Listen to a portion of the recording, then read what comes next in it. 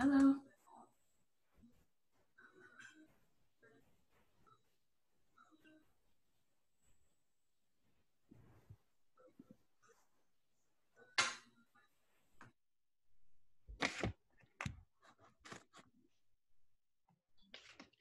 James, I think I just allowed you to record. Yep. Emily, I'm James Maroney from Marblehead TV. Just want to introduce myself to you. Oh, hi. Nice to meet you. How are you? Good. So I usually cover the meetings, but So Great. we edit together highlights, but normally we would do the whole meeting on our channel. Right. But now I just do like a 5 to 7 minute kind of headline. Oh, got it. Okay. Okay. Nice to meet you. Congratulations. Oh, thank you. You're welcome. I'll leave you alone. Bye. Thanks. No, it's okay. First school committee meeting. Woo-hoo. I need some better lighting. I'm in the shade. Me too. Better artwork. No. So I have to put up. All right, I'm just gonna put mute on for a minute.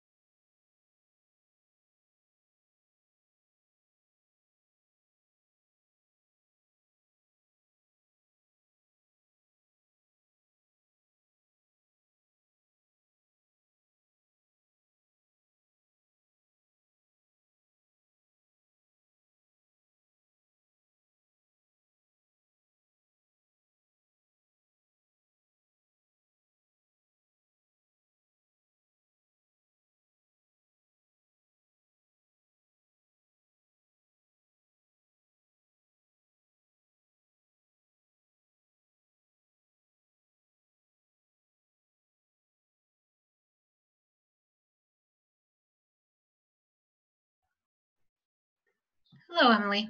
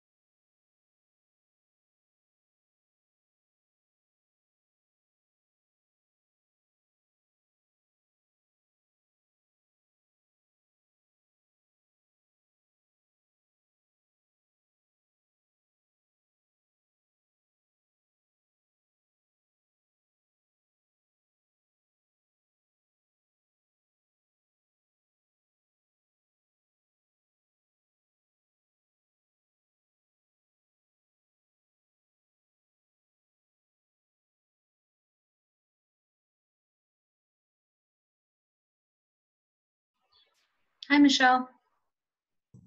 Hello.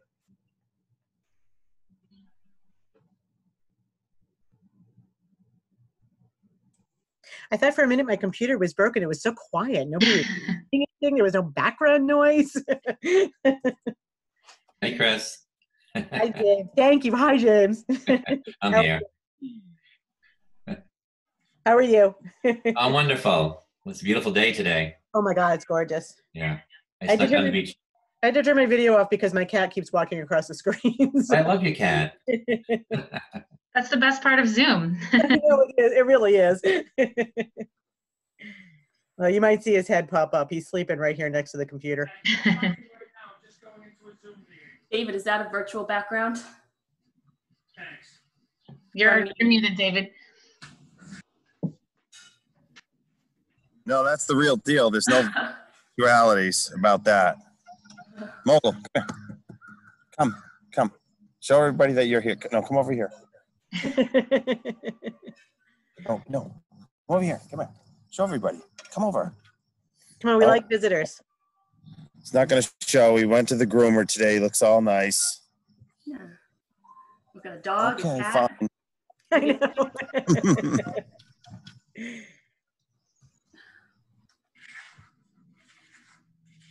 Bill, do you need to screen share it all, or you want me to let you co-host? Well, that would be great, just in case we need to look at a couple of documents. Hey, buddy. How you doing?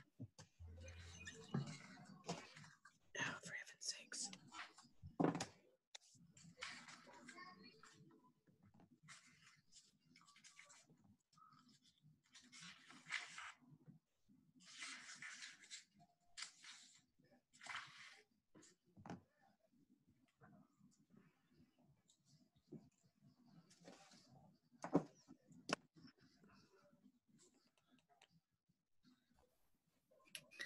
Michelle, as it gets warmer, I'm getting more jealous of your background of the pool. Oh, it was bad today. I was at the office all day. My brother's sending me pictures of him swimming with his kids. I'm like, great, thanks. I just sew together a bouncy house so the kids can go on the water slide. So you're ahead of me.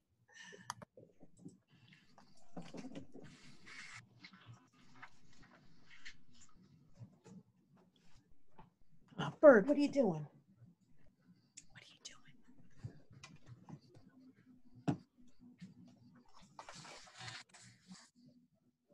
Yeah, everybody's got their pets today. Emily's cat's here too. There was a while where Tower had a running tally of how many pets had been met in various Zoom classes. I like it.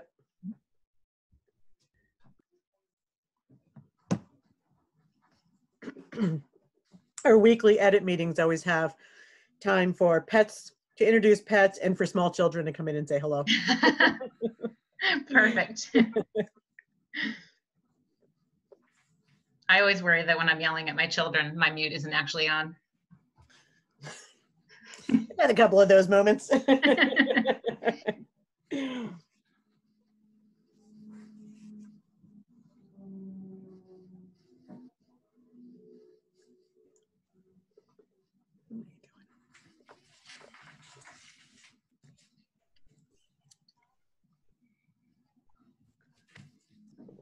If anybody wants to make public comment, if you want to add your name over into the chat, when we get to that part, I will call on you.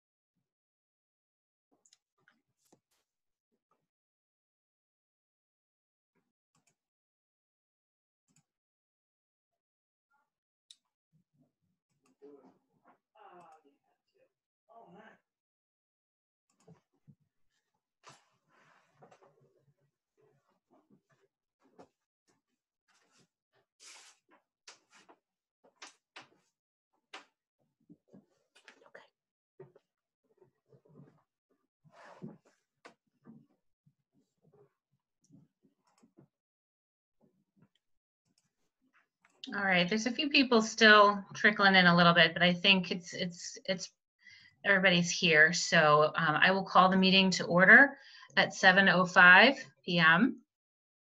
Welcome, everyone. Our first agenda item today is committee organization and the election of the officers.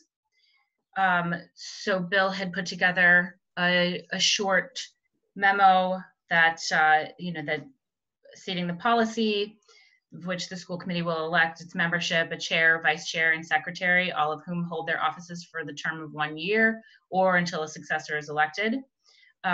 So at this point, I will call for nominations for the chairman. Megan? I nominate Sarah Gold for the position of chairman. I think when I nominated Sarah last year, I noted her calm and thoughtful approach. And I think she definitely has followed through on that. I think she's also fair and inclusive and has really helped us, along with Bill and Michelle and Eric, to get us on much more stable ground from where we were. And I would like to see her continue moving us forward in that way. Thanks, Megan. I'll second that motion and nomination as well. I think Sarah's done a great job coming into this position and taking on the role and working with Bill as an interim superintendent, and has readily been available as chairman. Need to be more than other committee members, and it's a lot of responsibility, and I hope you'll accept the opportunity to take it on for another year. Thanks, guys. I'm honored. So we have a motion and a second. Does anybody else have anything that they would like to add before we call for a vote? All right. I will call for a vote, and I will call Emily Barron, our newest member, is up top but with me, so I'll call for a roll call, and I'll call Emily first. You're muted, Emily. Sorry, newbie. Yes. Thanks. Megan Taylor, Yes. David Harris. You're also muted, David. Yes. Sarah Fox. Yes. All right, motion carries 5-0. Thank you all. I appreciate it, and I hope to continue to lead in a fair way. So I will next call for nomination for the vice chairman.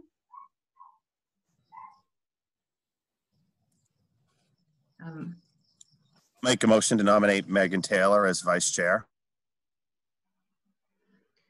I believe I can second that motion in this case. I think Megan has been really helpful behind the scenes.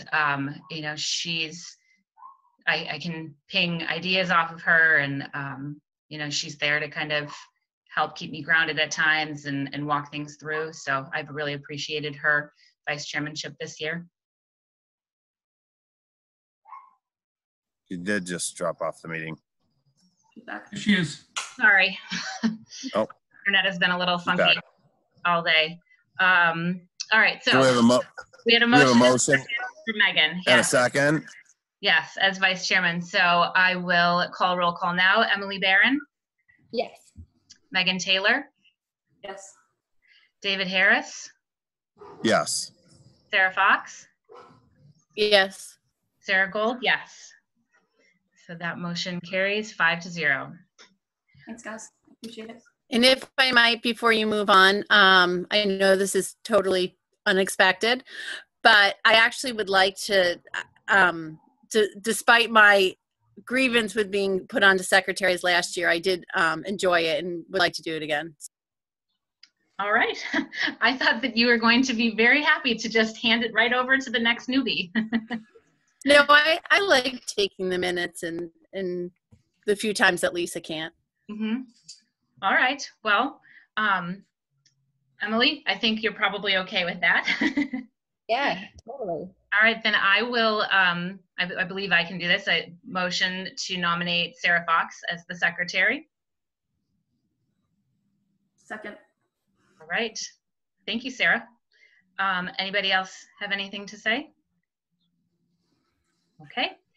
Emily Barron, Yes. Sarah Gold, yes. Megan Taylor, Yes. David Harris, Yes. and Sarah Fox. Yes. Great. Motion carries 5-0. All right. Thanks, everyone. That moves us on to commendations. And Bill, did you want? Sarah Fox, did you have something that you wanted to say? Or you have a If commendation? Bill wants to go first, if he has one, most certainly he can go first. Okay. Bill, did you want to do the commendations for the retiree resignation or recognition? Sure, I'd be happy to. Thanks. Go right ahead. So it's a pleasure to just say thank you, to say congratulations to our 7 professional staff retirees this year. And we also have 3 of our support staff retiring as well. I'd like to just tell you who they are and what their position was and how many years that they've dedicated to the children of the Marblehead Public Schools. So first is Susan Bonapane. Susan is a special education teacher at the Vets Middle School, and Susan is retiring after serving for 19 years. Hold on a second.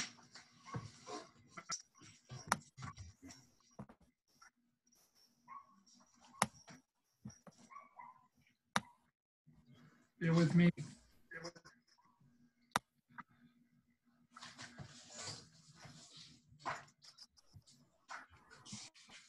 Okay, thank you. Next is Kathy Castaldi.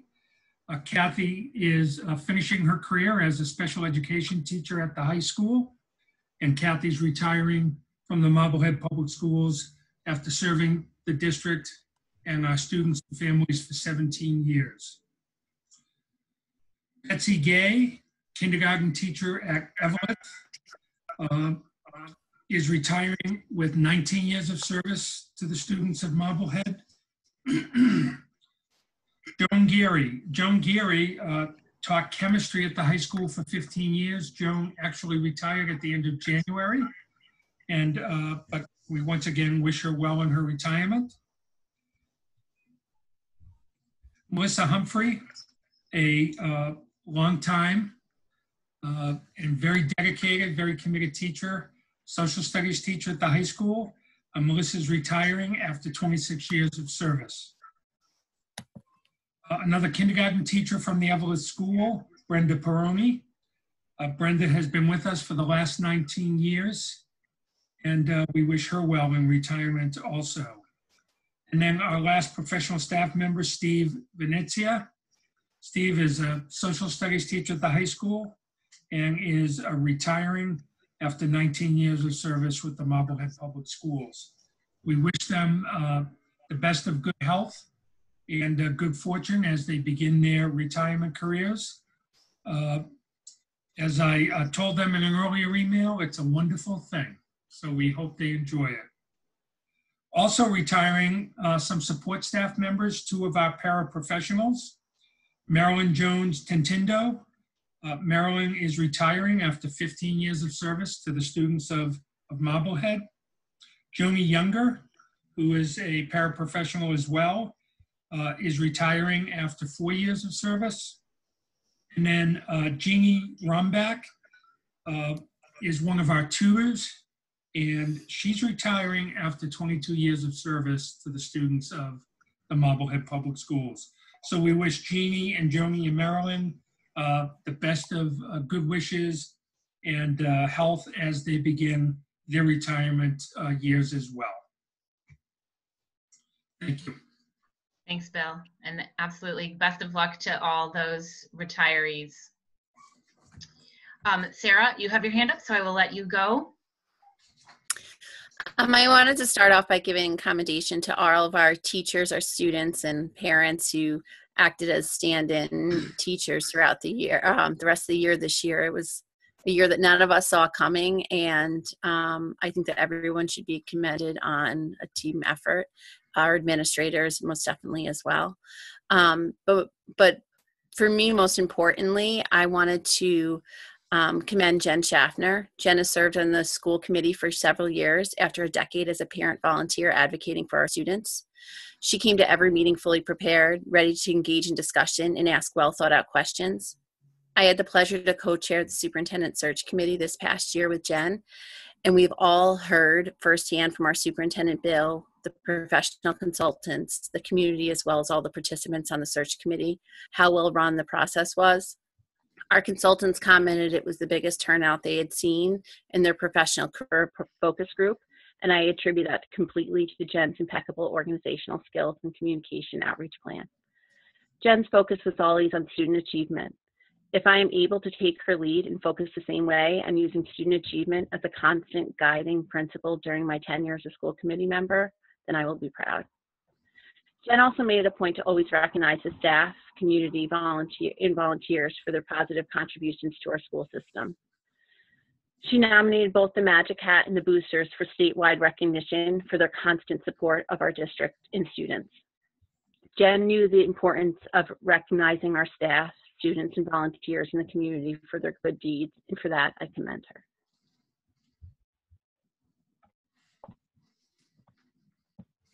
Very nice. Sorry, I was muted now. Thank you, Sarah. I will jump in, and I just want to commend Bill. This is our last official meeting with Bill at the helm. Our next sets of meetings over the summer, we'll have our new Dr. John Bucky taking over. But Bill, I just wanted to really thank you for joining us this year and for taking on Marblehead and for all of the help that you provided and all of the guidance. You've been amazing to work with. You know, I've learned a lot from you. You've certainly provided guidance and you know, direction for me when I've been confused and conflicted. You know, the way that you've approached the budget and everything that you've done with it and how you've helped us in hiring, it's been nothing short of amazing. And I just am incredibly grateful for everything you've done for us this year. And you will be very, very missed. You know, we're all excited for John to take over, but you will be missed greatly. So I just appreciate everything you've done for us. Thank you, Bill. Thank you, Sarah. It's been a pleasure. Absolutely, Sarah. I mean, I could go on how amazing Bill is for hours. But Bill, thank you so much for everything you've done for us. Megan, can you hold on 1 second? I just want to bring my wife in so she can hear.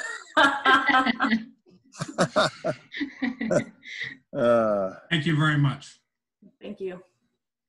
And I'll just add out, you know, obviously all that he's done as superintendent, there was another small piece of his responsibility that was called the school building project. You know, Bill came in here, the project had already been going on for 3 years, jumped in, was fully engaged, worked with all of our consultants, worked with Jason Silva, worked with the neighbors and citizens that had comments and concerns. And I mean, Bill, obviously you've had that experience before, but it was like you had been with the building project since it started. So there were all the responsibilities that came with being an interim superintendent and COVID-19, but we have this little project, you know, with the school project for $53 million, and you've been at all the meetings, the planning board meetings, the additional Thursday night meetings, and really appreciate your participation, guidance, and all of your insight that you've been able to offer to that process as well. So thank you very much. Thank you, David. Can I say something real quick? Absolutely. So I just want to continue what everybody is saying and how great it's been to have you here. And then also, you were so great meeting with the Central Council, with all the presidents of the PTO, and continuously updating us on what was going on and listening to us and helping with us in that way too. So I appreciate all of that. And on the building committee, it'll be sad to see you go. So thank you so much, Bill. Thank you, Emily.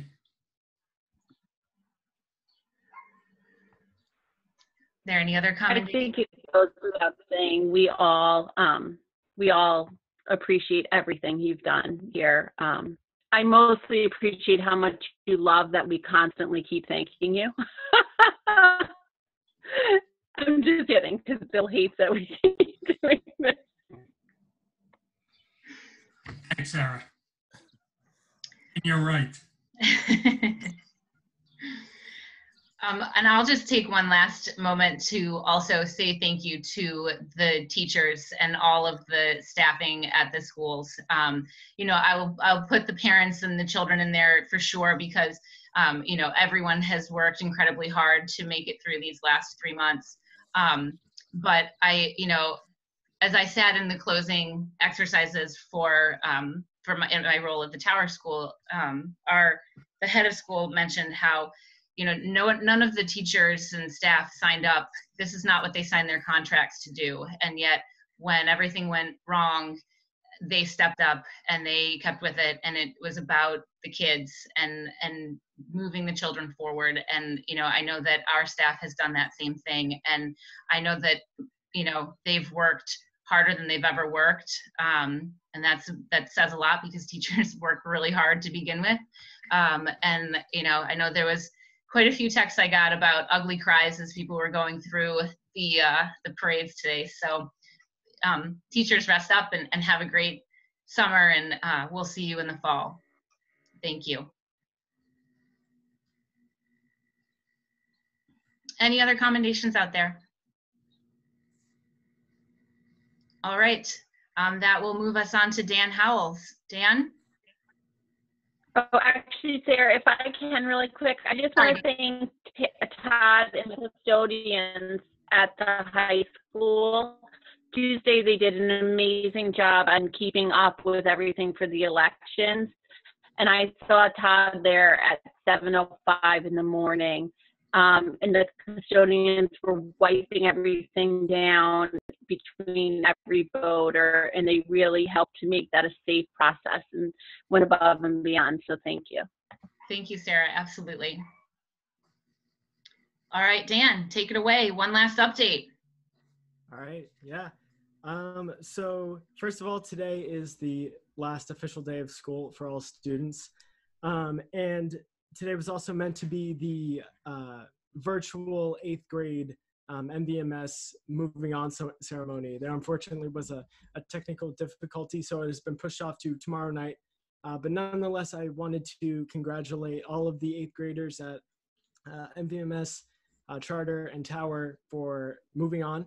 And on behalf of MHS, I'd like to welcome them, and we look forward to seeing them as soon as possible.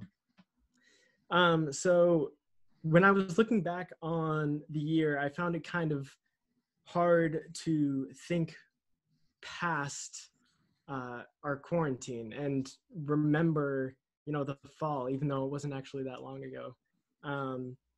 But I did, and I think it's still incredible how much we were able to achieve in such a short amount of time. So we had a very, very successful fall season. Our annual pep rally was great, and the football and Powder Puff teams both won their respective Thanksgiving Day games. Also in the fall, a number of MHS students competed in the statewide cross-country meet. In the winter, the swim team won their 15th consecutive NEC championship, and the boys ski team also took home their state title for the year. The drama club's production of Peter Wendy moved on to the semifinal round of the METG Drama Festival. And MHS also held their second annual cultural feast, which was definitely a great and impactful event for the school. And on March 13th, we had the great annual senior show, which turned out to be the same night that school was canceled for the first time.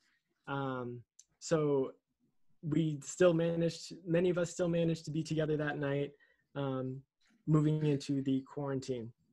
And finally, on June 5th, was the high school virtual graduation, which I think was definitely the best that it could have been considering the circumstances. So moving forward, it's an unsure time. We are unsure where we will be, next fall, next spring even. But I think I can speak for a number of, or many MHS students when I say that I feel optimistic about next year and moving forward past all of this, getting back into school. And I'm definitely really looking forward to being back in the classroom. Yeah, I think this will obviously, this is history. We are living in history. And I think that we will all look at it like that once it is over. Thank you, Dan. I really appreciate that you backed us all the way up, because you're totally right. It's really hard to remember past 3 months ago. And there were some really great things that went on in our schools before that. So, you know, I really appreciate always your thoughtful and prepared statements, keeping us up to date on what's going on the school level. I am hoping that you'll be joining us next year again. It's your senior year, right? Yes, yeah. Right, big time. Yeah. So thank you. Yeah, no problem. And, Dan, I just, go ahead, Sarah. Dan, I just want to thank you. You never cease to amaze me with how well prepared you are for our meetings, how well spoken you are, how positive you are in the information you share with us that fills us in on exactly what's going on at the high school. And it makes me think about during the process of selecting a superintendent, one of the candidates talked about the idea of what we want a portrait of our graduates to be. And I think that even though you aren't a graduate this year, you really exemplify what we're looking for in our students. And I'm just impressed with you every meeting, what you show up and contribute. I'm sure your parents are very proud of you. Thank you. Thank you very much. That means a lot. And you know, next year, if you will be willing to have me, I will definitely love to come back and do it again. Wonderful. So glad. Oh, thank you, Ms. Todd. So moved. Sarah Gold, if I could, Dan, I think you've been fantastic all year. As Sarah said, you truly are a role model for our Marblehead High School student body. You know, I echo everything that Sarah said, but it's been a real pleasure having you at our meetings, and your contribution to this committee on a regular basis has been very much appreciated, and I wish you the very best of luck next year. Thank you. You too. It's been a pleasure working with you as well. All right. Thank you very much, Dan. Have a great summer. Thank you. We'll see you in the fall. Yes. Thank you. All right. That leads us to public comment. There was a list going before my video lagged out, so I have 3 people's names written down. If there's anybody else who would like to make public comment, just put your name and address in the chat function, and I will call on you. I know I had Katie Martin first up. Thank you, Sarah. Catherine Martin, 29 West Shore Drive. I will be very brief. I just wanted to take a minute and thank Jen Schaffner for her many years of service, not only on the school committee, but as a tireless volunteer in our district. So it's no secret that Jen and I didn't always see eye to eye, but regardless of policy disagreements, Jen would always pick up the phone and call you and talk to you. She would always look you in the eye and have a conversation with you. She would listen to you. She would give you her opinion, and she would walk away, and it was done. And the next time you saw her, you could have a completely different conversation with her. She didn't hold grudges. She just was a consummate professional always. She showed up to meetings prepared. She was an extremely hard worker. And it was always a pleasure to work with her. As Sarah Fox said, that superintendent search was run as well as any professional search committee that I had ever been on. The school district relies on volunteers, and Jen had been a volunteer for years before she was on the school committee, and she understood that. When I first joined the building committee, Jen actually took time to go over and talk to me about some of the different nuances and history of all the different building projects in town. Village, Glover, high school, in some way she was involved with them, whether it was getting the warrant passed, or whether it was on the committee, or whether it was just as an advocate. She had been involved with all of those schools. And once again, she had everyone at her house the Sunday night before town meeting prepping for last year's warrant article. So Jen, was a tireless volunteer for that. She also advocated time and time again for our teachers, our students, and staff. Nobody knew that the last meeting that she was at was going to be her last meeting, But during that meeting, she advocated for our administrators' COLA. She advocated for our students' free lunch through June, if not throughout the summer. And she advocated for a reentry plan and some sort of working dialogue with our community, because that's who she was. And I just want to thank her for her service, because you all do a job that you all know firsthand is tremendously difficult. So I also didn't know that tonight was Bill's last night, but I would like to thank him too. And many of the things I just said about Jen, I actually think Bill shares many of those same traits. They're just great professional leadership traits. Bill also, like Jen, would pick up the phone when you call him and talk to you and talk things through, no matter what side of a policy he was on. So I just think that, it's kind of sad, June, because we're losing two really great people in our district. So thanks to both of them. I really appreciate both of your service. Thank you, Katie. Thank you, Katie. I also had Joan Miller on my list for public comment. Yeah, hi, Joan Miller, 34 Naugus Ave. I'm going to just take it back to Bill for 1 minute on behalf of the Marblehead Education Association. We just want to thank you, Bill, for your incredibly steady leadership this year.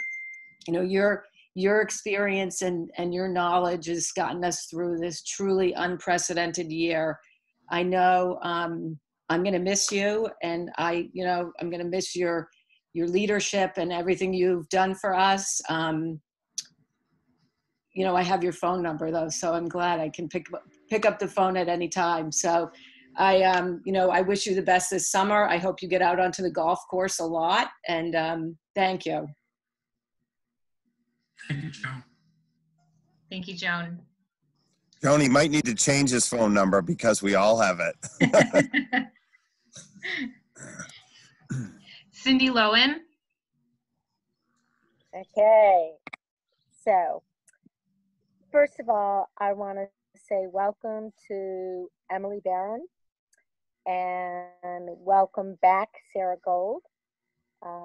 And I look forward to working with the whole team. And I wish you guys the best with this new group as well as with John Buckley. I incredibly will be missing Bill. I unfortunately don't have his number, so I'm wondering if he will give it to me tonight. But you have been very even keeled throughout this whole year. And I just think that what you've done in terms of putting things back together with the school committee, filling up central administration, and just turning things on a positive side has been really great for our district. I wish you were going to be here 2 years. This isn't anything about Dr. Buckley. It's more about wishing that you would just stay with us because you're so good. And I love your humor. And thank you so much. And I wish you the best. And I wish the school committee the best. And I look forward to working with you guys in my capacity as CPAC and Marblehead Racial Justice Team and anything else that I might decide to endeavor around here. Thank you. Thank you, Cindy. All right, no one else has put their name in for public comment, so I believe that we can move forward at this point. That will move us on to our minutes. We have minutes for April 2nd, April 13th, and April 16th. Can I get a motion to approve the minutes for April 2nd, 2020, April 13th, 2020, and April 16th, 2020? So moved. David moved. Second. Sarah second. Second.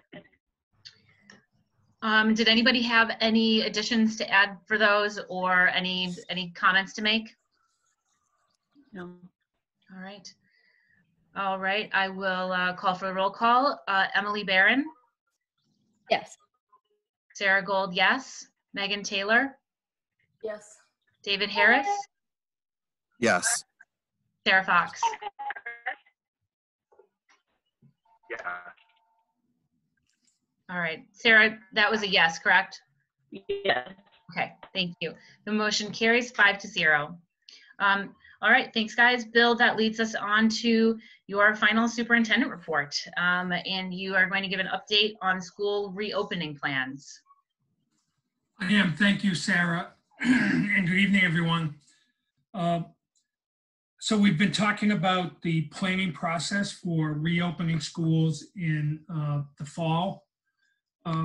It's been a little frustrating because we're waiting for the fall reopening plan from DESE to come out.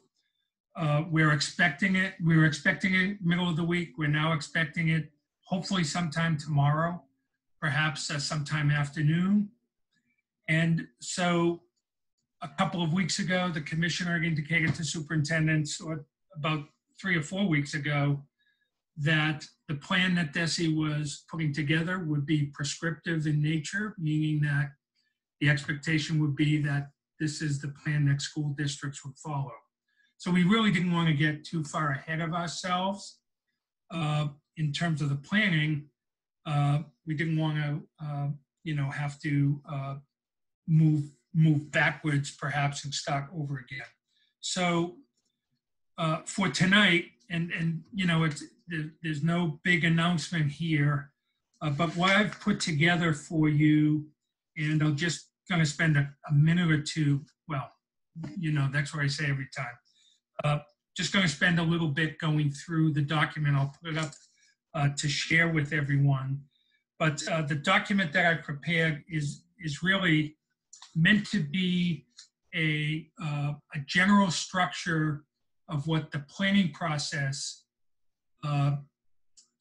might be for the Marblehead Public Schools in planning for reopening. I've done a lot of research and I've been looking at a lot of different information. I finally found some information from the Rhode Island Department of Education, which their document really focused on the planning process versus the plan. We know the plan in large part is coming. So, so let me just share, I'll pull that up.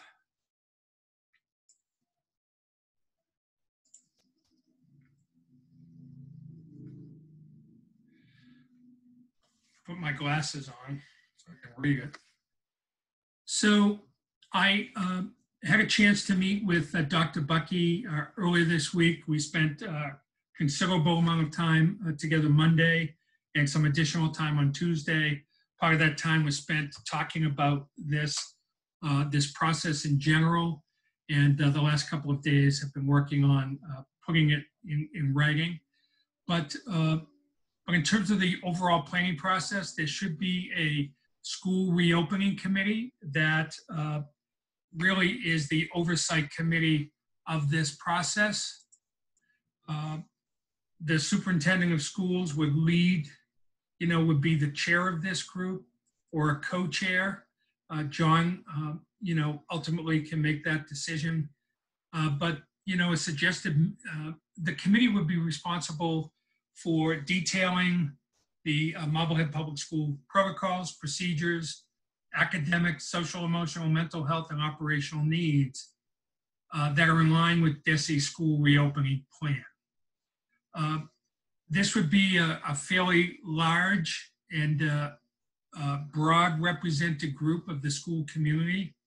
So I've listed for the purpose of this presentation, in addition to the superintendent, what the membership of this school reopening committee would look like. It would include the central office administrators, principals, a nurse leader, the Marblehead Education Association president, the school committee chair or her designee. We would look to have some parent representation, of course, professional staff representation that consists of all of our different learning and content areas, certainly by grade level. What this committee would be considering and the kind of topics it would focus on, they would determine once the DESI plan is out and there's been a chance to review it, determine necessary subcommittees, working groups that will really get into the nitty-gritty and planning of the Marblehead plan, and assign those responsibilities, develop a regular meeting. It's been suggested that there be a technology audit, and what that means is, and for the most part, this is in place, but the identification of all of the different devices that we have in the district, so that as a planning for further remote learning or in-school support, we'll know what equipment we have and perhaps additional equipment that will be needed. Look at the need for possible outside support and assistance for certain areas of reopening. An important piece will be surveying families to assess their plans for reopening. We know that I believe whatever the plan is, we will have some families that will decide to, for many reasons, not to send their students to school if that's part of the plan, the physical plant, at least for a while. And then to assess staffing needs and determine reassignments as may be needed.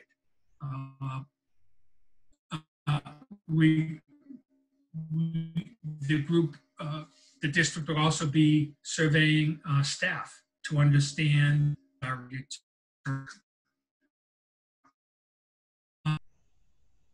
my thinking is three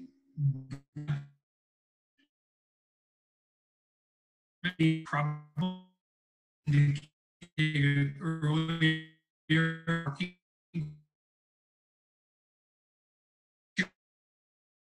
This, perhaps explore opportunities for a wider use of online platforms, perhaps, consistent across.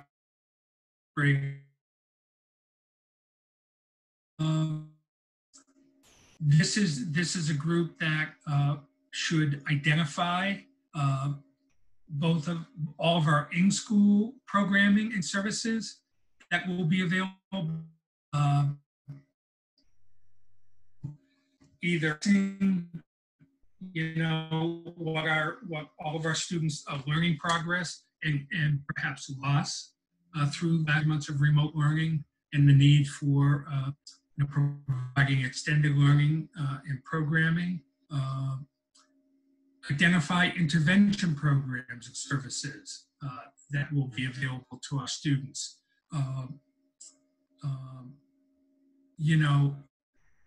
And that also includes developing partnerships with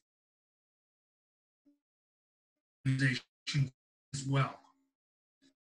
Part of the planning should be, developing a plan for a possible second wave of COVID-19, which may result in full school closure again. And then also identify possible summer and pre-opening of school staff development needs. I just said I wasn't going to go through every bullet, and I did. Oh boy. So again, these are not certainly an exhaustive list of topics, and these may change in all of these categories based on this plan looks like. A subcommittee that would be focused on the social, emotional, and mental health needs of our students coming back from the extended closure, but not just for our students, but also for our staff, to understand what those needs are. And again, working with the other subcommittee, perhaps identifying resources that are available in-house, and then resources that we'd be able to access from outside organizations as well. And then a safety group, which would focus on, you know, the typical items you think about safety, you know, develop social distancing protocols, you know, review and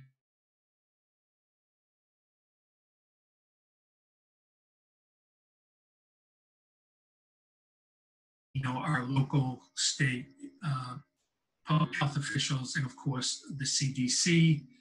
I will say that a lot of work has already been done around the whole PPE issue, and we're really, in my opinion, ahead of the curve there.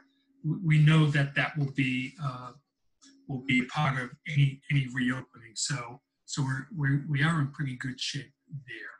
So again, this is kind of a broad overview.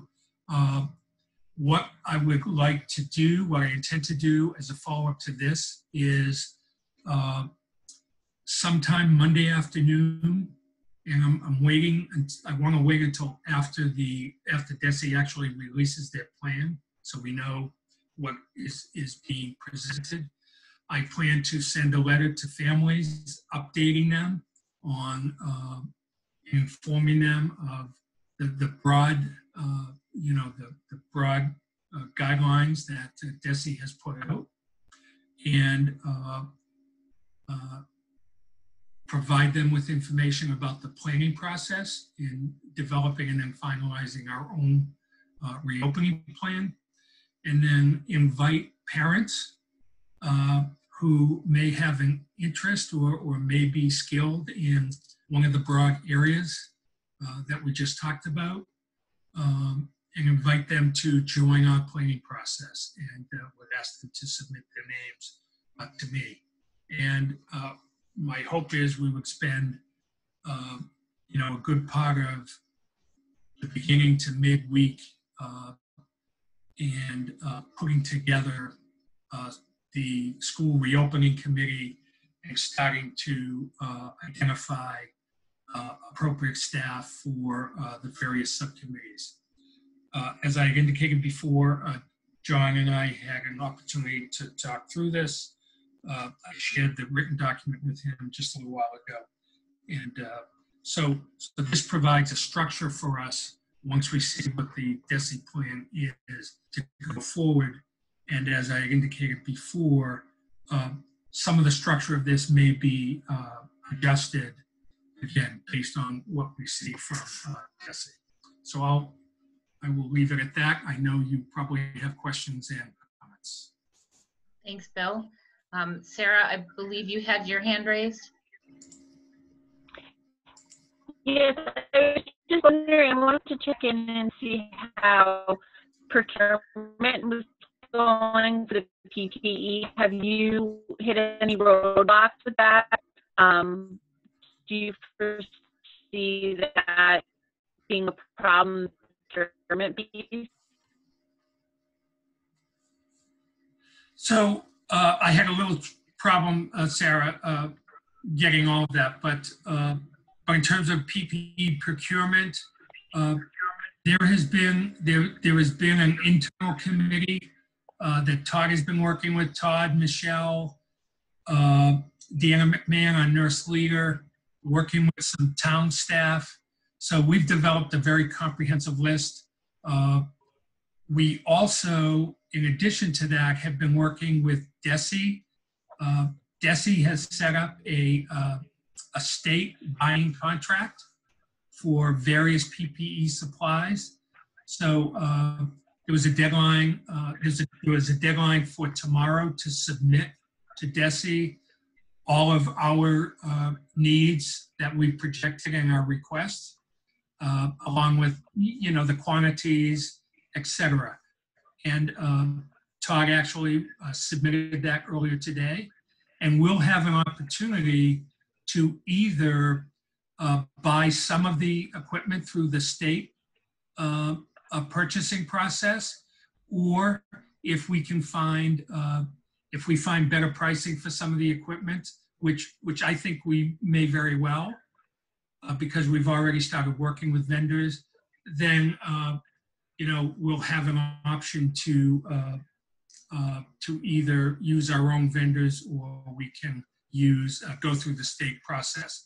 But we can pick and choose. So, right, Michelle, we can pick and choose? Yes, we can. Yeah.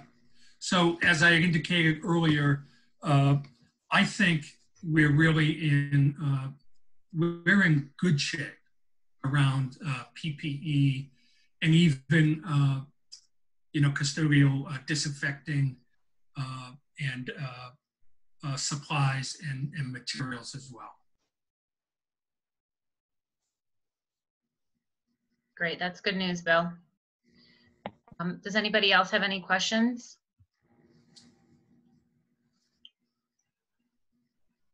So I appreciate this update. It's a really thorough plan. I know we chatted a little bit about it last week, and the way that you presented it is really helpful. And I think it's exactly kind of what you had put out to us last week. And I'm really glad that John had a chance to sort of go over it and be on board with it as well. Obviously, that's important right now. I'm really happy that you looked at what Rhode Island is doing. My understanding is their planning process is going very well, and it's very comprehensive. So I'm very happy to see that you're using that as the guiding framework here. David, did you want to say something? I just wanted to thank Bill for putting together that summary document that can carry forward over the summer during the transition with all the work that's been gone on, and just memorializing everything and right up until the last week, pulling this together, because this process is constantly changing with the recommendations from DESE and everything that we have going on. And I think the work will continue over the summer, and it's a good framework for the district to have. Absolutely. Bill, one quick question on the teacher input and the staff input. Will that need to have a stipend associated with it over the summer? Because there's going to be a tremendous amount of work that gets done over the summer, I think. So Joan and I will be talking about that. Sorry, Joan.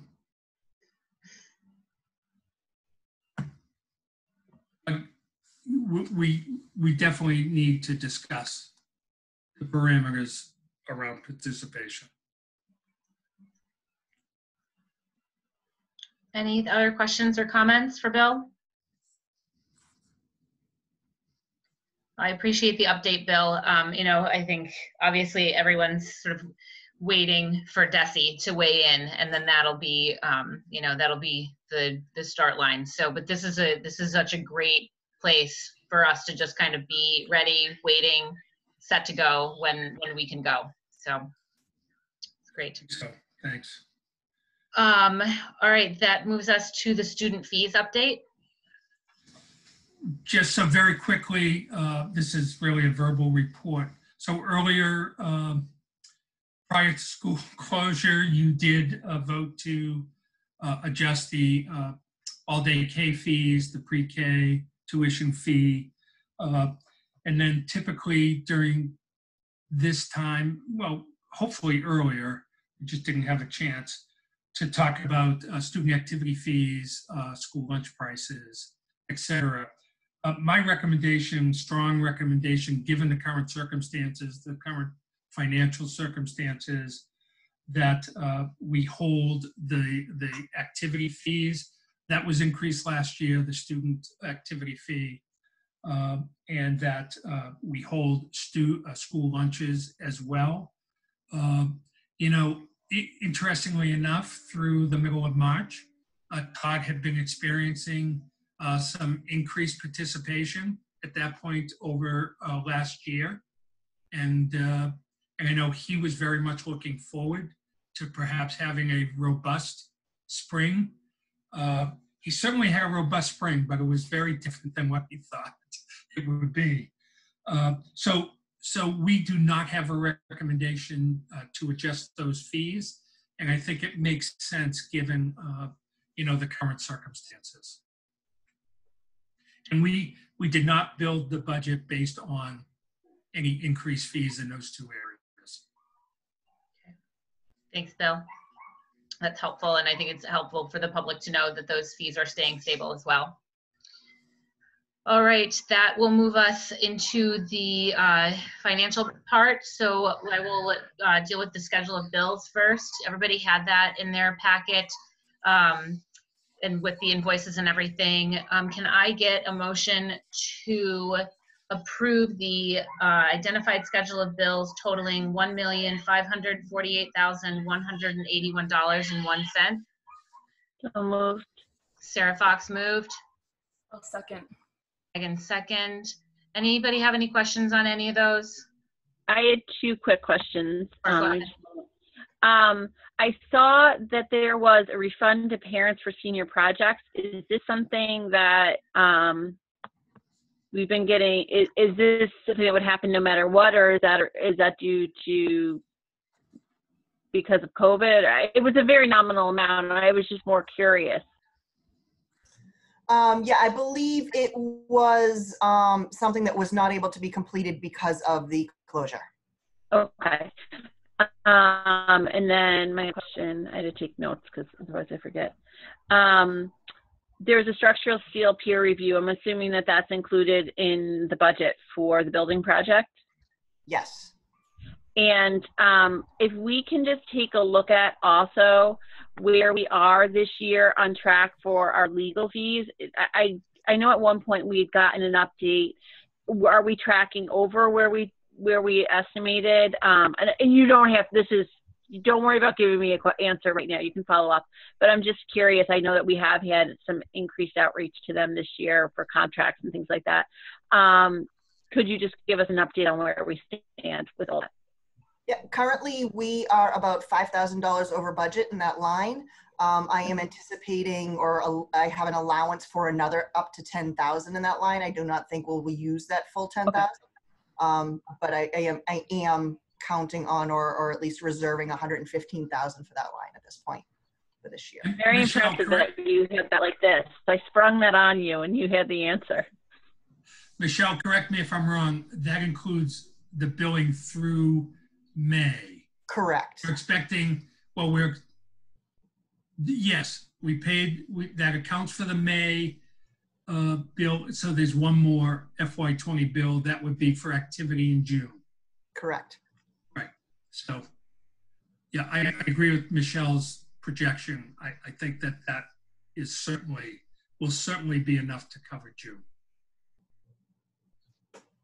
All right. Any other questions on that?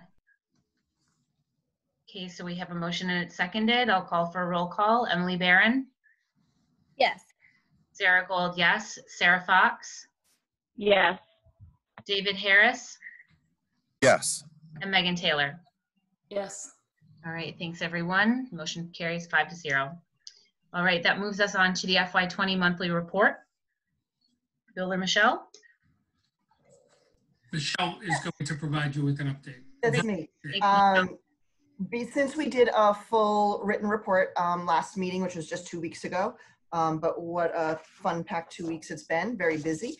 So just giving you a verbal update, last meeting we were projecting a surplus of roughly about 425,000.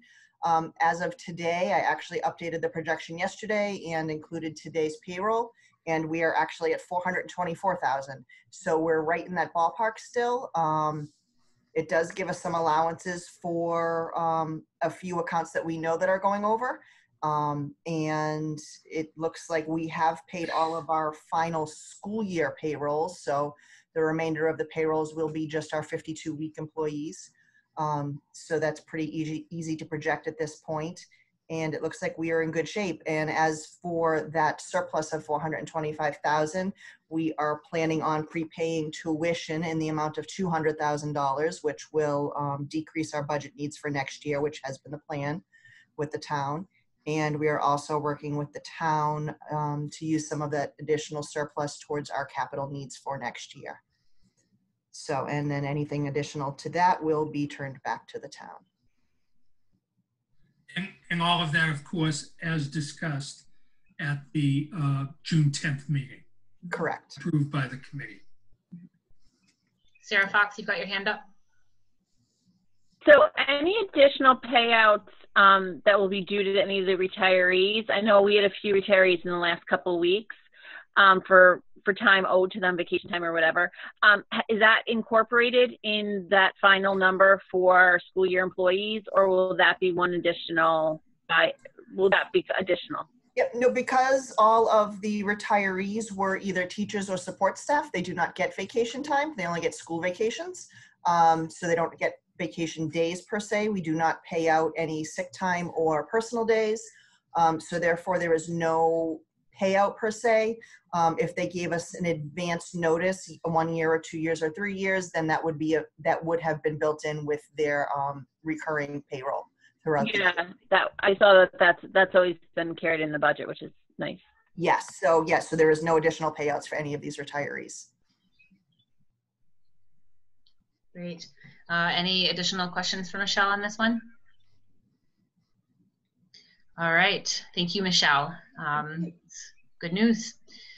Bill, that then takes us on to our FY21 budget vote. Did you want to, or anybody from the subcommittee, fill everybody in? Any other news from this past week? I'm happy to very quickly. I provided the committee with a memo regarding the FY21 budget vote. I made a few comments in terms of the process that we went through. The budget that we're asking you to approve tonight of $41,521,000 remains the same as that presented at the public hearing on June 8th. That was updated on June 10th, but simply by informing you of another late retirement, which will result in a $30,000 salary savings. But we took that savings and reallocated it to the COVID-19 unanticipated unknown cost line. So that line is now funded at $165,699. So everything has remained the same. The liaison group met last Friday, reviewed the capital plan that the school committee reviewed and approved on June 10th. And did we?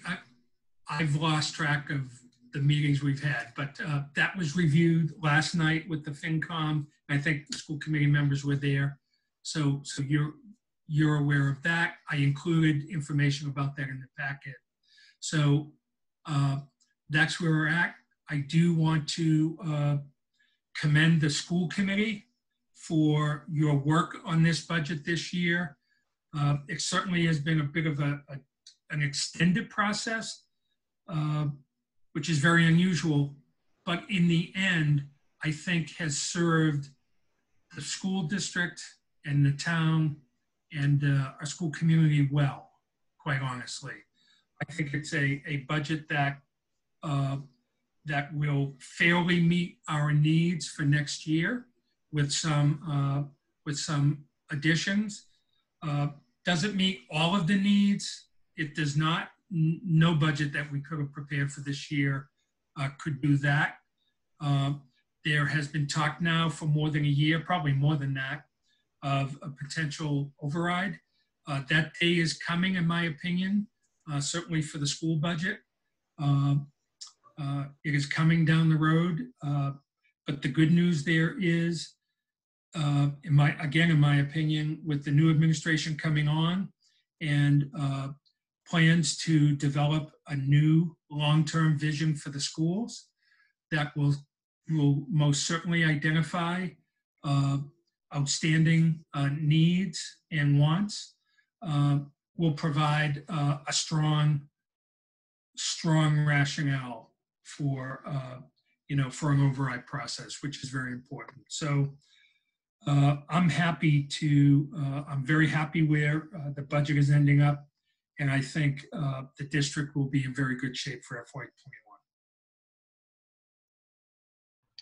Great, thank you, Bill. All right, so I will ask for a motion to approve the FY21 school operating budget of $41,521,000.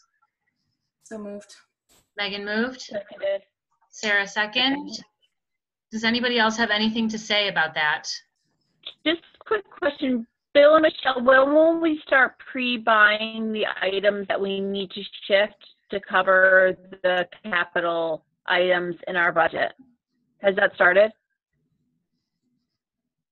It has not started yet. I actually am hoping to touch base with Jason Silver in the next couple work days and just double check with him to see if nothing has changed in terms of how we're going to handle the additional capital needs that we're not able to spend this year. So I just wanted a whole game plan before we actually make those. Okay. But we anticipate procuring, Sarah, we do anticipate procuring the Go Math piece and the FOSS Science kits with purchase orders next week. Yes. I had one more thought, which I'll talk to you about tomorrow, to not drag this meeting out. We are looking for more one-time expenditures to kind of, so we can get equalize it. So reach out to me tomorrow because I'll probably forget. And I thought of something else that may be helpful. Okay, will do. Thanks, Sarah. Sounds good. All right, anybody else with anything to say on the budget? Well, I'd just like to, we talked a little bit about this last night, but I'd like to thank Megan and Sarah for the work that was done as liaisons for the budget, and Bill and Michelle. I mean, Michelle came in here in November, was handed over systems that are inefficient. She's working to improve the efficiency of those budget systems and, has just done everything that we expected you would do, Michelle, when you came on board. So that's been great. But also, just it's been a really recognizing COVID-19. Pre-COVID-19, I think we were in a good place. But then when COVID-19 came out, just how everybody came together, FinCom, Jason Silva, and everybody on this committee. And then as Bill has described the process, he couldn't have done this budget without the members of his administrative staff and top down working together to develop the budget. So it's just been a really top down collaborative process. Thanks to everyone. And I'm glad we're in agreement here and we can move forward. And it does present some challenges that hopefully we can overcome in future budget years. So thanks everybody. It's been a great year as far as the work and effort that's gone into that. Thanks, David. Can I just add something, Sarah? Absolutely. I know I've said it in every meeting that we've had around the budget, but thank you, Bill and Michelle and your teams. This is one more reason, Bill, why we're going to miss you so much, but all the work you've put into this budget, not only to get us through this year, but so that it's in a state that we can continue and hopefully, manage in a much better and transparent way. So just thank you again. Thanks, Megan. All right, well, without further ado, I will call for a roll call. Sarah Gold, yes. Sarah Fox. Yes. Megan Taylor. Yes. David Harris. David, you want to unmute? Yeah. Yes. Yep. And Emily Barron. Yes. All right, great. That motion carries 5-0, and we have a passed budget. Thank you, everyone. Thank you. Thank you, Bill. Thank you, Michelle. All right, so that moves us on to school committee discussion items. And so, David, I will let you take it away for the building project update. So in reverse order, last evening, the rock crushing equipment was moved off site, and that was a couple of weeks ahead of schedule. And for those of you who have a chance to drive by the site, I'm calling it Mount Bell.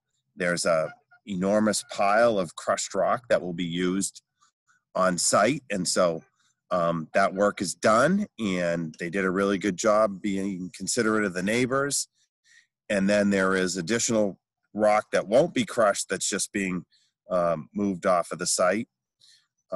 Additionally, we learned on Wednesday that the post-blast inspections, which is not required, but we thought it would be prudent to do, started last weekend, and post-blast inspections were done on Saturday and Sunday at houses, and those are continuing to,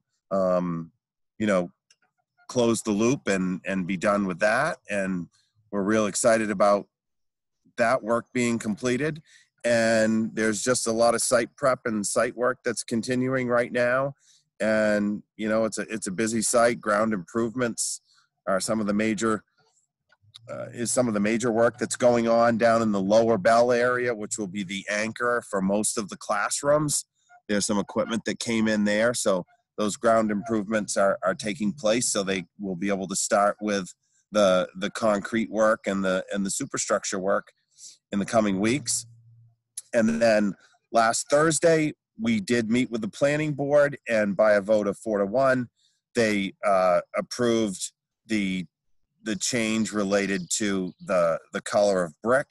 So all of the paperwork and everything related to the color of the brick is been submitted and is moving forward.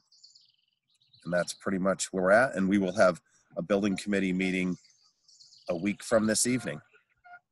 Great. David, do you know when the formal decision was filed? I know that as of Monday or Tuesday it hadn't been. So from what I understand, Sarah, so the formal decision, just in communicating with Becky, there was just a little lapse in some emails. But from what I understand with Becky, that the formal decision was filed by Tuesday. And looking at my calendar, I think that makes us still on track for Monday, July 6th. So all of that paperwork was submitted, and Becky did communicate that. Yeah. Okay. And that's when the appeals process ends? It is. Yep. All right. Thanks, David. Thanks, Sarah. Okay, so that moves us forward into our summer meeting dates. We have to have a little bit of a discussion around that and kind of planning. Usually how that takes place is, in normal years, it's kind of a day-long retreat style open meeting where we usually have our MASC rep come in and do some type of an education piece. And then we work with the central admin team and discuss things. We set our subcommittees and kind of just do a bunch of work in that vein. Obviously, this summer is a little tougher. So obviously we don't know exactly what it's going to bring and as we sort of walk through the summer, what we can expect as far as being able to meet in groups, being able to meet indoors for a certain amount of time. We always have to be cognizant of the fact that these are, even though they're retreat style meetings, these are open meetings, so the public can attend. So we sort of have to keep that in mind too. So I'm wondering if anybody has had any thoughts on that at this point. Megan, I'll let you go then. Sarah, I saw your hand too. Yeah, I reached out to, sorry. Go ahead. Can you hear me? Yep. I'm having technical difficulties tonight, but I did reach out to Dorothy this week just to kind of get a feel for, what she's seeing in other districts and any guidance that she could offer us. And one thing just for us to consider, especially if we're going to do any training from, from Dorothy, for example, on strategic planning. She said, if we're going to be doing them virtually, she would recommend doing smaller chunks. So for example, training, she wouldn't recommend being any more than an hour and a half, maybe, so then you can have some time to talk about it afterwards. But she did definitely recommend, for doing it virtually, to break it down into, smaller chunks where we can really focus on specific topics. Sarah? So I know that last year we had multiple retreats, and I see that probably happening again. I think the idea of doing something virtually for a 5 to 6 hour period straight is probably, especially where 4 of the 5 of us have small children, probably very unrealistic that we can be in our own homes and not be interrupted for that long of a period of time. I wonder, and again, this may not be possible at all, I wonder, is there a way that we could have it almost outdoors? I know we're talking about having meetings outdoors. That definitely lowers the risk. We can be spread out a little more. I'd be willing to give that a shot. I don't know. I'm willing to get creative. I think if we can find a way to have a chunk of time physically together in a safe environment, like I said, outdoors if possible, I think that would be good for the training piece. I think there's something to be said for having that long meeting, that continuity and getting stuff done. But I don't know that format of meeting would be successful via the virtual world. Okay. Yeah, I agree. I agree with a lot of what you said, Sarah. Bill, do you have any thoughts on this? Have you had any other types of experiences in other years with school committees? Other than you're going to be golfing and you don't care. You are still muted, Bill. Nope. Bill, you're muted. There you go. So clearly this discussion is good to kind of understand some parameters of how people are thinking in terms of setting some dates for those kind of workshops and work sessions. I think having the discussion about how they might be conducted, you might be able to do a combination. I do agree with Sarah in terms of if there's any way that the group can physically come together for a work session, that's generally a smaller group. The public certainly is welcome to attend those, but generally the public understands that the work sessions are for school committee and some staff. Social distancing. I think you'll know more about that over the next 2 weeks of how that may work out. One thing I would do now, if I were you, I would set a meeting date, a school committee meeting date for that week of July 6th. Perhaps, Tuesday or Wednesday, because I think that would be an opportune time to get an update on how the reopening process is going. There may only have been a few days, but to hear some thinking from the new administration on that, or maybe later in the week, that may be better now that I'm thinking about it. But I would, I would suggest you think about doing that, and then by polling, you can come up with some dates for workshops, etc. But some of that may be determined by, the process or the planning process for reopening. But if you can try to, if you can try and do what you normally do in the summer, I know the circumstances are difficult, but it would be nice to try to, get some of that back. Mm-hmm. If that can't be done, and perhaps it's a combination of you know, an hour and a half here, you know, maybe a lengthier session if you can come together. But, you know, again, I think the health metrics that the state has been using, you know, will guide you in that thinking too. I haven't been very helpful. Oh, no, that is helpful, actually. That's really helpful, because I think the idea of having that, of tonight setting a date for that first full week of July makes a lot of sense. John will be here. We'll be able to really sort of wrap in a good way of what direction we're headed in. Obviously, the DESE stuff will be out by then, so we'll be able to come together and chat about that officially.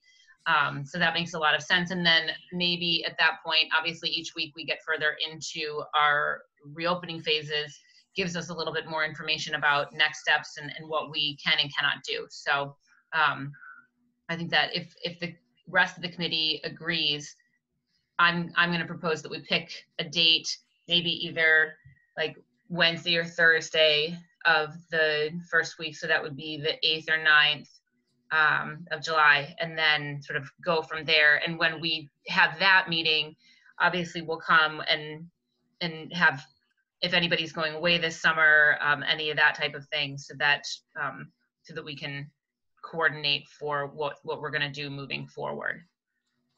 And the focus of that first meeting probably being re-entry, where that's at, all of those plans, and then looking at what we're going to do for the rest of the summer. I think that makes sense. Okay. So does anybody have a preference over the Wednesday or the Thursday that week, the 8th or the 9th? Sarah? Do you foresee that being a day meeting or an afternoon or an evening? Just Yeah, absolutely. Well, I mean, that's up to the committee. What do you guys think? I see that being a shorter meeting, preferably, you know, like a 2-hour meeting is what I have in my head. You know, and again, everybody else feel free to weigh in. Would it, and again, if this doesn't work for people, let me know. I'm just thinking, juggling kids and spouses' work schedules.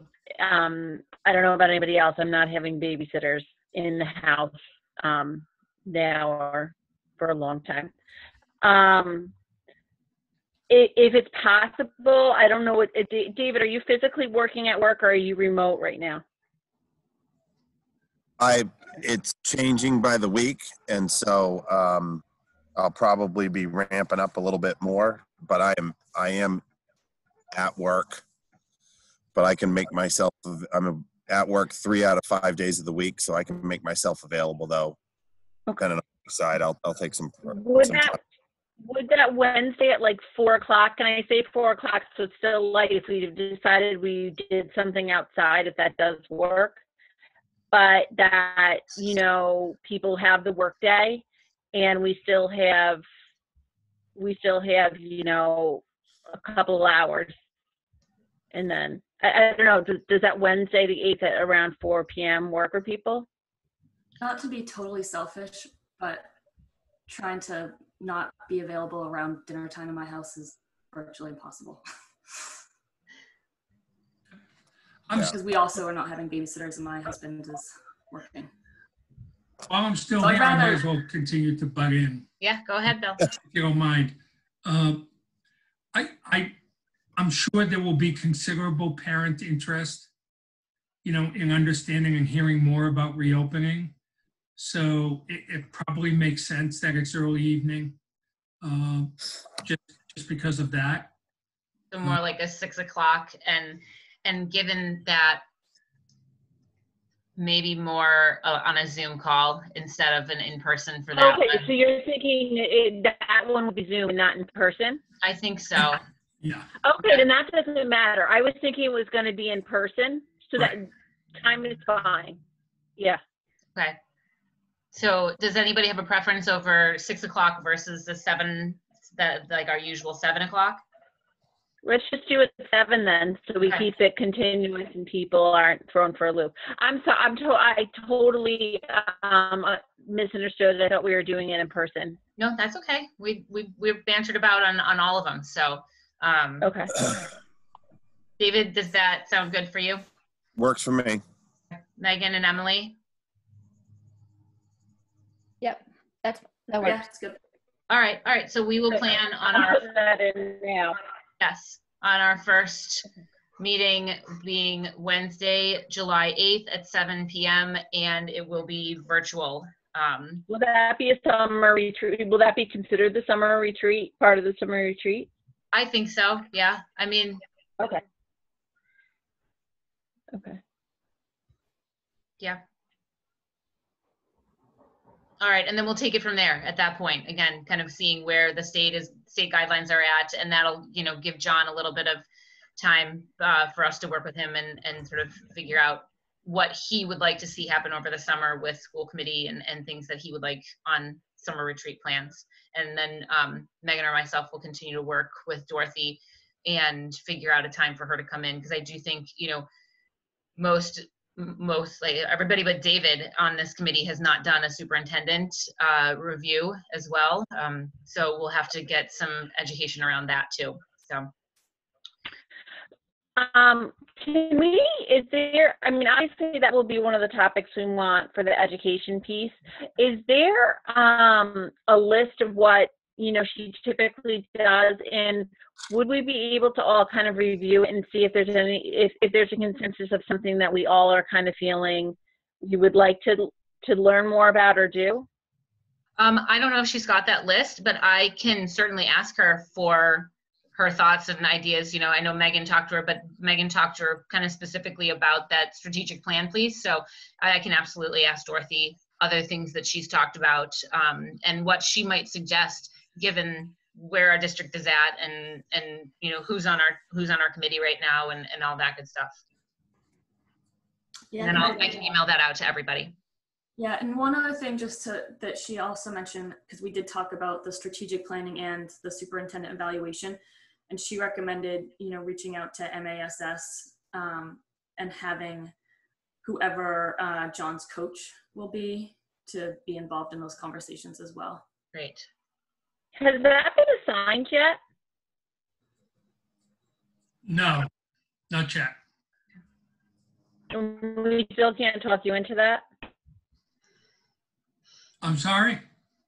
We can't talk you into that? Are you talking to me? I think Phil's having audio issues all of a sudden. He can't hear anything. We've been through that. Yeah, having two mentors it won't work. And I'm not part of that program, so the mentor he gets will be very good. John and I have talked about this. I will be available for however many hours he needs by phone, however he wants to do that. I'll be available. I'm not going away. I'm not going, not You're not losing all of our numbers. No. Well, thanks, Phil. Pulling Verizon right away and putting a block on. I may All pick right. and choose. All right, so that sounds good. We're booked for Wednesday the 8th, and we will take it from there. I'll let John know about that, obviously, as well. So that moves us into closing business and new business. Bill, I know that you had spoken to me earlier that we've got one new business agenda item to discuss. So I just wanted to follow up on, I forget what meeting it came up at, but regarding the, the lunch program that we've been providing. So that is continuing through the end of June. Richard Kelleher, as you know, he's great. He's done a fabulous job along with his staff, maintaining that service for our families who really need it. There's been some questions about the summer, and so Michelle and Richard did some work on that. We estimate if we continue the service through the summer at about approximately the same number of meal packages, students that we've been servicing for the last month or so, about 65. We estimate the cost to be about $2,700. So we have one of our parents who's been in touch with us, Samantha Rosado. I see Samantha's on. She has graciously offered to be a lead in doing some fundraising for covering the cost of that. And we very much appreciate that.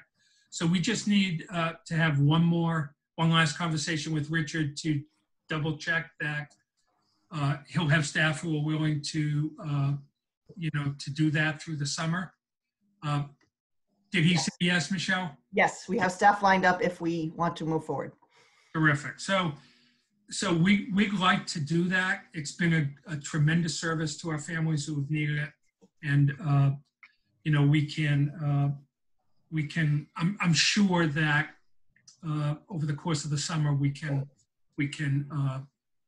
I'm very hopeful we'll raise the funds to cover that. So again, I want to thank Samantha Rosado for volunteering to do that. And I don't think the committee needs to vote, but if you all indicate that you think that's a good idea and would like Richard to continue to do that, we'll make that happen.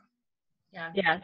Thank you so much, Samantha. And please, you have my contact information. Please reach out to me with the fundraising effort and any help I can be with that. I know Samantha's always been an advocate for making sure no one goes without something. She doesn't, she's behind the little free pantry, and I thank you tremendously for everything you do for our families in Marblehead. Yes, thank you, Samantha. Absolutely, Samantha. Thank you so much. All right, so it sounds like we're all in agreement that go ahead with that. Great. Yes. Great, thank you. Yeah, thank you. All right, Bill, did you have anything else that you wanted to say? Thank you, Sarah. Yeah, so I just wanted to, I'm not going to prolong this meeting any longer than it needs to, but I did want to make a couple of comments. I very, very much appreciate, the very kind and generous words that many people, those of you here tonight, have offered on my behalf. It really is appreciated, but I want to take this opportunity to thank the school committee. You gave me this opportunity last spring to come on board, and I'm very grateful that you did that, and I'm very grateful for that opportunity. I'm grateful that I've had the opportunity to work with all of you this year, and that includes Jen Schaffner. And I'd like to echo, the sentiments that Sarah Fox had said earlier tonight, and Katie Martin, and I certainly wish Jen well. I want to thank the staff. The thing that became very clear to me early on and remained so throughout the year is that, the residents of Marblehead, and in particular, the residents with children who are going through our schools, are very fortunate to have a really fine staff, a very fine staff. And that is really the most important asset that a school district can have, is those individuals that, are with students every single day. And they're terrific. And I want to thank you. I want to thank them for their support of me throughout the year as well. I want to thank the leadership team. Again, an outstanding group of leaders. They are dedicated and committed to not just the public school district, but the students and the families in Marblehead. And they exhibit it in many different ways all the time. They're a terrific group. And I know they will be very supportive of Dr. Bucky as he takes the helm. I want to thank the central office administrative team. Michelle's been, we've talked about Michelle a lot. She's just been an outstanding addition. And you have in Michelle outstanding leadership in the business office. The ship has been righted in terms of procedures, protocols, best practices, and that's a very good thing. I can't say enough about Eric Oxford. He is a tremendous leader, and he's done, just in this short year as an interim, he's provided a real sense of stability, a real sense of professionalism, and just exudes, his confidence carries through to the staff in the Student Services Department. So we look for great things to continue for Eric. I want to thank John Moretti. You know, John took on a couple of different roles, actually more. Those are his official roles, took on many, many other roles informally. John's always been a tremendous leader. I was very fortunate. John and I have been colleagues and friends for decades, and I knew that he'd be able to come in and help right away. And he was a tremendous help as well. You know, we spent a lot of time this year on budget and financial matters. That was really important. I do hope, and I think we made some strides in some other areas as well. But in terms of the finance and budget, I want to thank Megan and Sarah Fox in particular for your leadership on the budget subcommittee. The process that we utilized as a district, as a team, working collaboratively and cooperatively with the town side, other departments in town, was truly a great experience, and I think resulted, and hopefully, I'm sure town meeting will approve our budget, but it has resulted in a very good product for FY21. And I hope I'm not missing anybody. I appreciate the very cordial and professional and very friendly relationship that I had with the Teachers Association.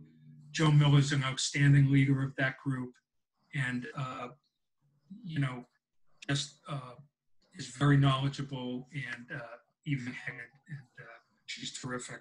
I'll miss working with Joan.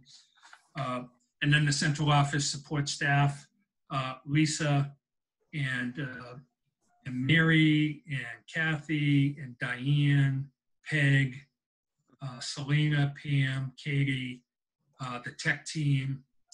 Everybody's just been great. So I just want to, again, express my gratitude for the opportunity, and coming into the position, my goal was that by the end of my tenure, I could leave the district in just a little better shape, at least, than when it was when I arrived. I hope I've been able to accomplish that. You know, stop in, say hello over the next few days. Well, the next however many days. I'll be here through the 30th, and I've enjoyed the ride. It's been a very different ride for all of us, but it's been terrific. I really appreciate it. So thank you all very much, and